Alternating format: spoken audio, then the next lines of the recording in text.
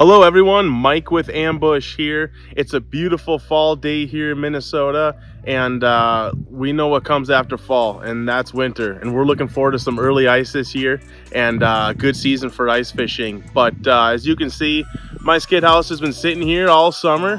So today, let's talk a little bit about prepping your ice house for the season. There's not a lot to do to these houses, but let's get into it. There's a few things we want to inspect on this, and I'd prefer not to do it just buried in the woods here. So we're gonna get hooked up to the machine and get her pulled out, and we'll go over some of the details. Now, when your unit has been sitting on the ice for a long period of time, it's gonna get frozen down. So before you just hook your machine up and just start pulling on it, which is usually very ineffective and does not work and does damage to the tow bar and your machine, potentially the chassis, get yourself a handyman jack or a jack of some sort, or a pry tool to just bust the skid house free from the ice. All you have to do is just bust that free, and then it's typically free to go. Sometimes I'll kick some snow underneath those skis to give it some fresh stuff to get up on. But if you just take 2 minutes just to break it free from the ice, you'll notice what a huge difference it is, and you can just pull it out with ease. Well, the same thing kind of goes for here. I mean, this has been sitting for quite some time now. It's probably in its own ruts, and it's kind of muddy, compact ground. So I'm just gonna unhook the tow bar, just like I would on the ice, and just use that to pop it free, and that should be all it needs. Let's take a look. So we have the tow bar unhooked. Should be able just to take it, go underneath that house. Just give it a little pop.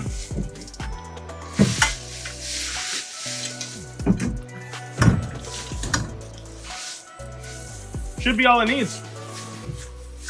We'll find out.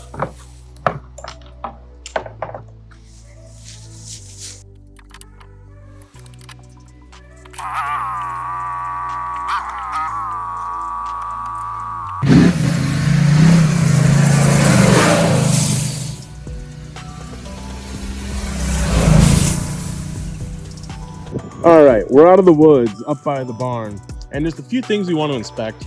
I mean, number one, you can tell it's dirty. You can go ahead and give her a bath. That's what's nice about this gel coat and everything being watertight, is without using too powerful of pressure, and you don't want to get too close because you don't want to rip the vinyl strips off.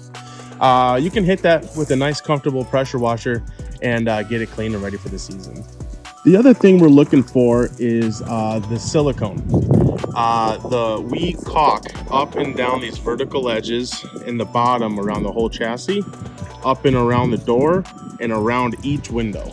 And so you're going to want to visually inspect that up through here, and you're just looking for any voids. And if you see a void, we use 100% silicone, and just get yourself some 100% silicone, and you can just replace it and just fill in that void so that way water can't penetrate. Down in the video description below, we'll leave a link to our care and tips worksheet that kind of describes the exact caulk that we're using, silicone, the self-leveling caulk, and some of the details that we'll go over in this video. We'll have it all written out for you, so see that in the video description below.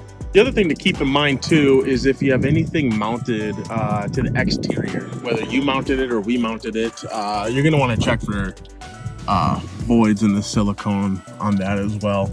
So for instance, the solar panel, check on the top and the sides, because there is wires behind there going through the wall, just to make sure water is not going to penetrate on the top or the sides.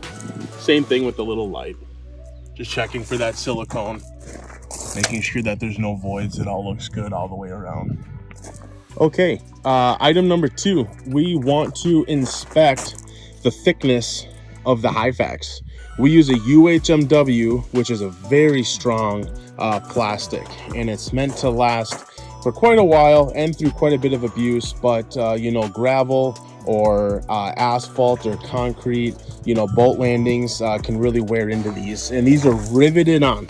They come standard from the factory, 3/8 thick. So if you can kind of see there, 3/8 thick, and you're gonna want to replace it when you get down to about 1/4 inch. So throw a tape measure on that. And once you get to 1/4 inches thick, you risk wearing into the heads of the rivets, and then which can in turn then have that fall off, and then you're on bare metal. You definitely do not want to get to that bare metal.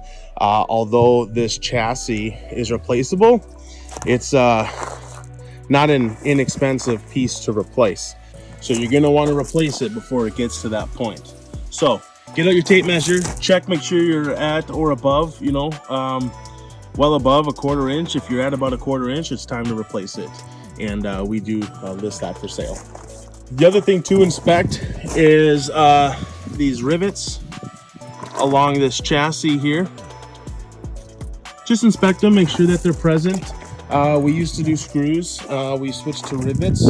The rivets are proving to be very efficient and work very well. You know, these take a lot of abuse, and so a little bit of maintenance is just kind of to be expected from time to time, but there's really not a lot to do. But just check for those rivets, make sure that they're present, and then while you're at it, just the screw pieces for the vertical trim pieces. Well, let's get up on the roof and check out the self-leveling caulk. This stuff is very durable. It's a self-leveling caulk. Once again, the exact product we use we'll leave in the video description below. So check that out if you are in need of any. Just like the caulk around the windows and the doors, you're just looking for any voids. This one's looking really good. But if you see a crack or a void anywhere, just add some more self-leveling caulk. Make sure that there's no major issues to the roof, and that's really all that's needed up here. It's a one piece unit, so there's no seams throughout the unit. It's just where the roof attaches to the wall. We want to make sure that no water is going to penetrate there. Make sure your house is registered. Make sure you're good to go. You can do that on the DNR website, and they'll tell you the rules and regulations for what you need. I believe you have to have the tag in the door and then the numbers present on the actual unit. There's really not a lot to do on the inside, but let's just take a peek. Sometimes you need to run a broom or just kind of tidy up from the previous year, but this is actually looking really good. This is the aqua traction flooring in this particular unit, but the other thing you're going to want to make sure of is your battery. Of course, I don't leave it in here all summer long. I have that in the garage, and get that battery charged up and ready for the season. And then I would come out here, hook it up, and make sure that there's everything's working properly for you. That's a 12-volt system, and it's just going to run this interior and exterior light. And that's about it. But this particular unit has an inverter, so the battery is also powering my LED light strip, as well as both of these TVs. I use a 100 amp hour battery, and with the 100-watt solar kit, it keeps up very nicely. Definitely one detail that gets overlooked is waxing your unit. After you wash your unit, it's really nice to apply marine or an RV grade wax onto the unit. That's going to help with UV damage, since these are sitting out basically all season unless you keep yours in storage. It's going to help with the UV wear as well as oxidation. It's going to help it stay cleaner and just prolong the life of it. So see the details on the what we recommend to use to wash it, as well as waxing it, and then the details on how to do that in the video description below, in the care instructions. If you notice any gel coat damage, most boat or RV repair facilities can help you with that, being that it's a gel coat material. But something to look into. Keep that unit waxed up. It'll just help prolong the life of it. One last thing is you're going to want to get your propane hooked up. Test out your heater. You don't want to get out to the ice and realize that you need a new orifice or some sort of little piece that's preventing you from staying warm out there. So hook up your propane, get that heater fired up, work out any moisture that's in the line, and then you'll pretty much be set for the year. As I mentioned, there's really not a lot to do on these units. Just to recap, check the caulk around the windows and the vertical trim pieces in the bottom chassis. Check the UHMW on the bottom of the skis. Make sure it's not down to a 1/4 inch. If it's down to a 1/4 inch, it's time to replace it. Get your battery charged up, get it washed up, get the propane hooked up, check your heater out, and have yourself a great ice fishing season. Let's hope for some early ice this year, and we'll see you out on the ice.